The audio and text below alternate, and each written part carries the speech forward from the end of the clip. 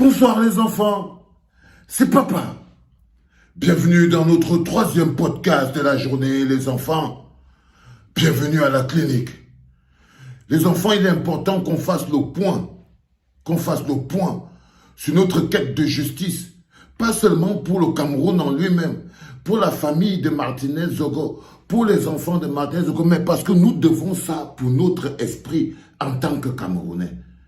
Je vous dis que si nous ne menons pas cette campagne jusqu'au bout, nous porterons aussi le poids du silence complice, parce que le poids de la complicité peut aussi aller plus loin quand vous n'arrivez pas à pousser les gens à aller jusqu'à la vérité. Ce qui se passe en ce moment doit nous interpeller.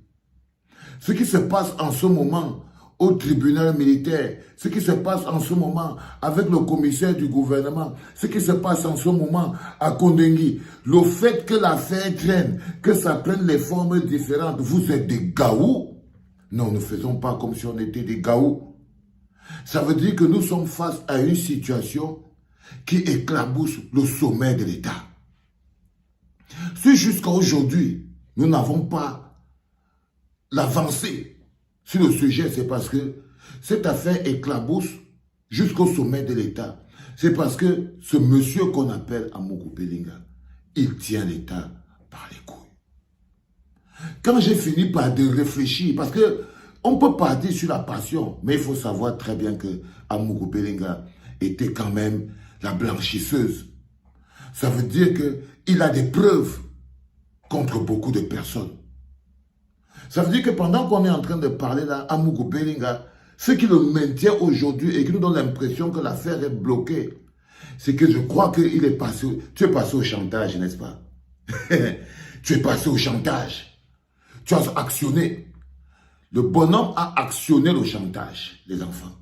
C'est-à-dire qu'il a dit, les gars, si je tombe, on tombe tous. Si je tombe, on tombe tous. Et vous ne pouvez pas savoir jusqu'où on va tomber. Parce que lui, on l'a bloqué. On sait que c'est lui qui a fait le job. On sait qu'il était présent à l'endroit. On sait qu'il est coupable. Mais il était les bras et les mains de quelqu'un, les vrais commanditaires. Et ça, là, tout le temps qu'on est en train de perdre ici, c'est parce que les vrais commanditaires éclaboussent jusqu'au sommet de l'État. Là, Amougou, on ne l'a pas encore accusé d'homicide. Parce qu'une fois qu'on l'a accusé d'homicide, il donne ses complices. Oui, t'es un petit malin. C'est pour ça que ce que vous voyez là, il y a quelque chose qui se joue encore. On ne l'a pas encore accusé d'homicide. Parce qu'on veut aussi lui faire croire qu'il a une porte de sortie. Et lui aussi, il les tient par les bonbons. Et il a dit, si jamais vous m'accusez d'homicide, je donne les commanditaires. Donc, ils essayent peut-être de lui garantir qu'il va peut-être sortir le temps que ça se calme. Et entre-temps, ils sont en train de chercher les preuves. En ce moment précis, tout le temps qu'Amougou lui passe, pendant que toi tu es là-bas dedans, et ils sont en train de chercher la personne qui détient les preuves. Les preuves que, peut-être que, les preuves que Laurent soit impliqué, les preuves que peut-être Motaz est impliqué, les preuves que Ngongo est impliqué, les preuves que Pomba est impliqué, les preuves que n'importe qui. En ce moment, les gens que tu menaces, parce que je crois que tu es passé au chantage, Amougou. Tu n'es pas un gamin, tu as le double de tout. Tu avais un gros serveur. Il n'y avait pas que le poro dedans. Les enfants, dans le serveur d'Amougou, il n'y avait pas que le poro dedans. Si on vous demande comment traduire la tournure lente et la tentative d'enterrement de l'affaire et les lenteurs que c'est en train de prendre, c'est que Amougou tient beaucoup de gens par les bonbons. Il est passé au chantage. Il n'allait pas tomber comme un poulet. Donc il a bloqué la machine. Il est passé au chantage. Et en ce moment précis, les bonhommes sont là. Ils ne savent pas quoi faire de lui exactement. Il dit non, on te garde d'abord là-dedans et tout, pendant que les gars se calment dehors, mais ça ne se calme pas parce qu'on va le juger. Et pendant qu'ils font ça, ils sont en train de mentir. Ils sont en train de mentir. Les hommes là, ils sont en train de raconter des histoires. Tout le monde qui a vu un film peut savoir ce qui se passe. Ils sont en train de te raconter, pendant qu'ils sont en train de te dire que calme-toi, on est en train de voir comment on peut endormir le peuple et peut-être faire sortir la nuit un jour, ou bien on va te donner une petite peine parce qu'on t'a pas connu. Eux, ils sont, pendant que toi tu es en train d'attendre ça, et ils sont en train de chercher qui détient tes preuves de ce que tu les menaces avec. Comme dans un film. Oui, oui, oui, oui, oui. Donc, en ce moment précis, tous les gens que tu... Les Laurent Esso, les Motazeux, les Pomba, les Ngongo, les Babababababi, tous ces gens-là que tu as leur voice. Parce qu'il a les voices, le gars a les voices. Il a les voices, donc, pêle-mêle. Si tu avais appelé Amourou une fois dans ta vie, t'as enregistré. Si vous aviez parlé un jour, une fois ça que tu as enregistré, et bien imaginez donc avec tous les gens avec qui il a parlé. Amourou, je vous ai dit, quand on tient un arbre, quand vous tenez un arbre comme Amougou, que vous secouez, gardez sur le même, les enfants partagés. Quand on essaie de vous faire une remontade, vous devez partager. Qu'est-ce qui se passe avec vous? Donc, en ce moment précis, quand vous tenez cet arbre, il faut que vous soyez toujours prêt à appliquer sur le même point d'impact.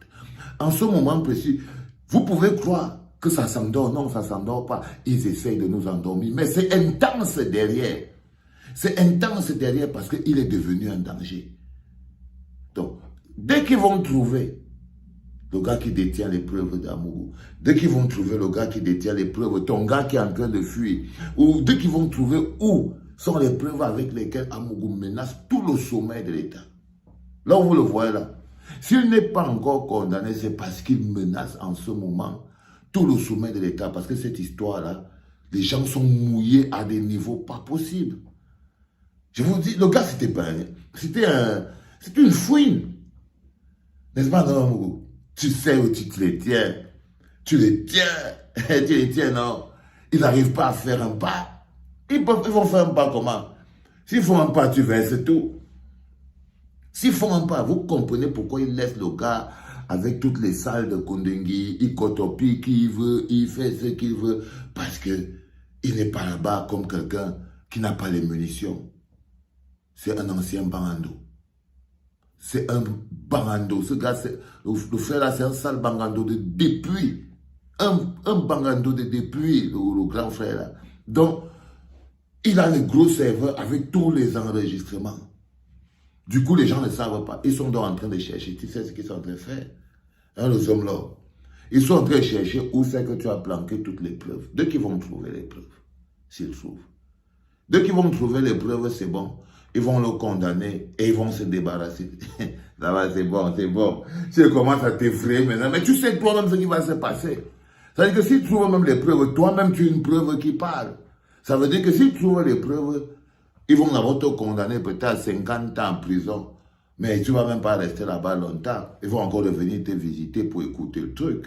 Si. Ils vont faire ça. Ils vont faire ça. Et s'ils ne trouvent pas les preuves, ils te font sortir.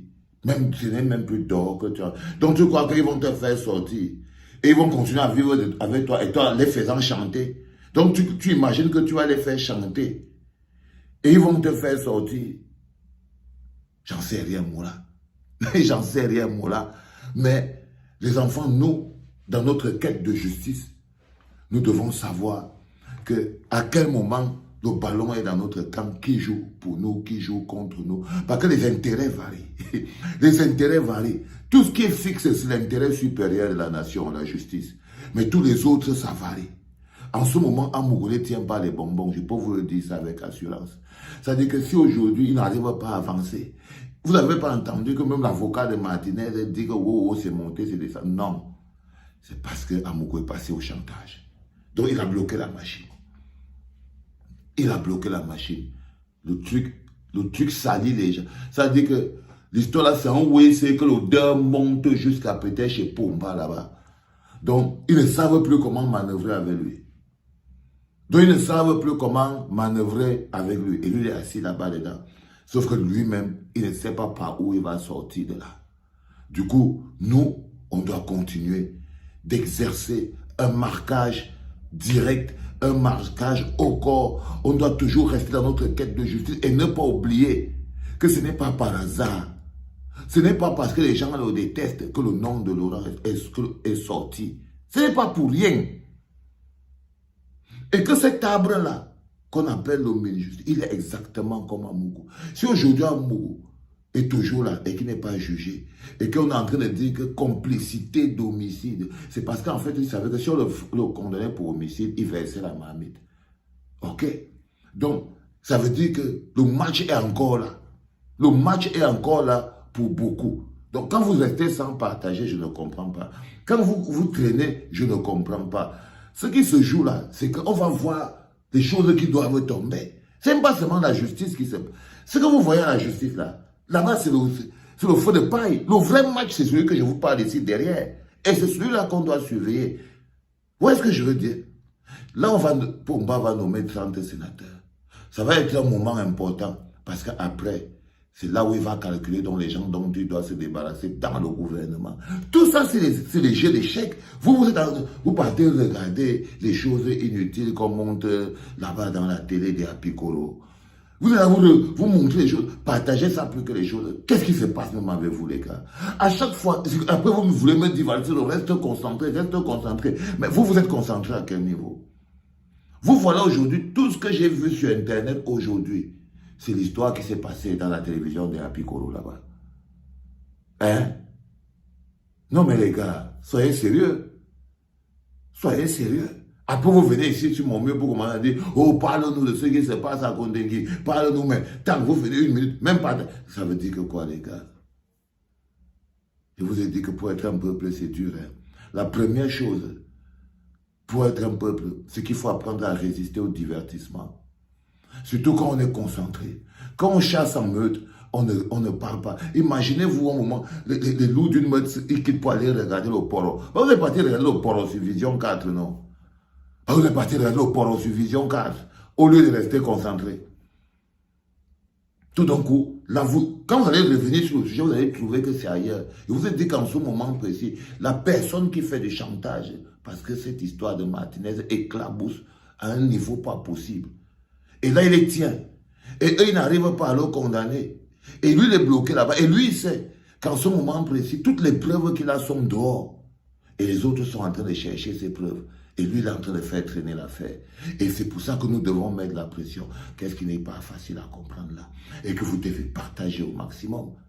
Parce que c'est un match important. Ça va fragiliser, le système.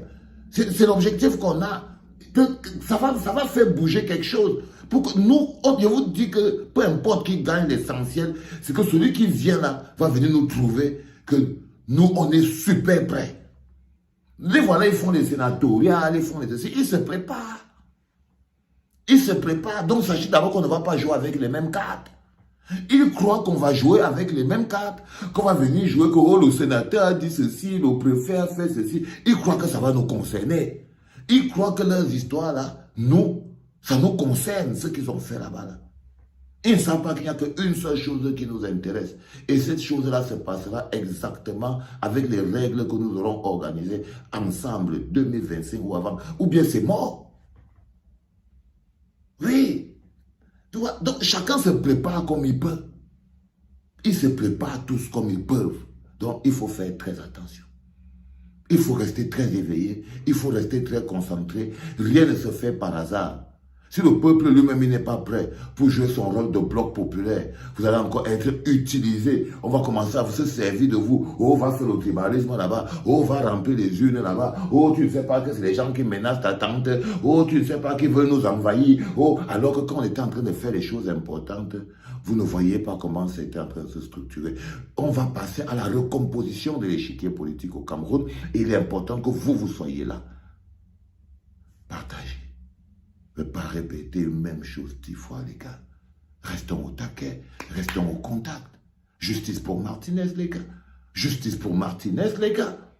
Justice pour Martinez, les gars. Mettez le truc.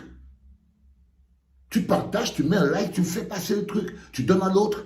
L'autre partage et fait un like qui donne à l'autre. Comme ça, tac, tac, passez-vous le truc. Ok, les gars? Allez, c'était le 3e podcast de la journée en direct de la clinique Hermano Mio. Et c'était papa.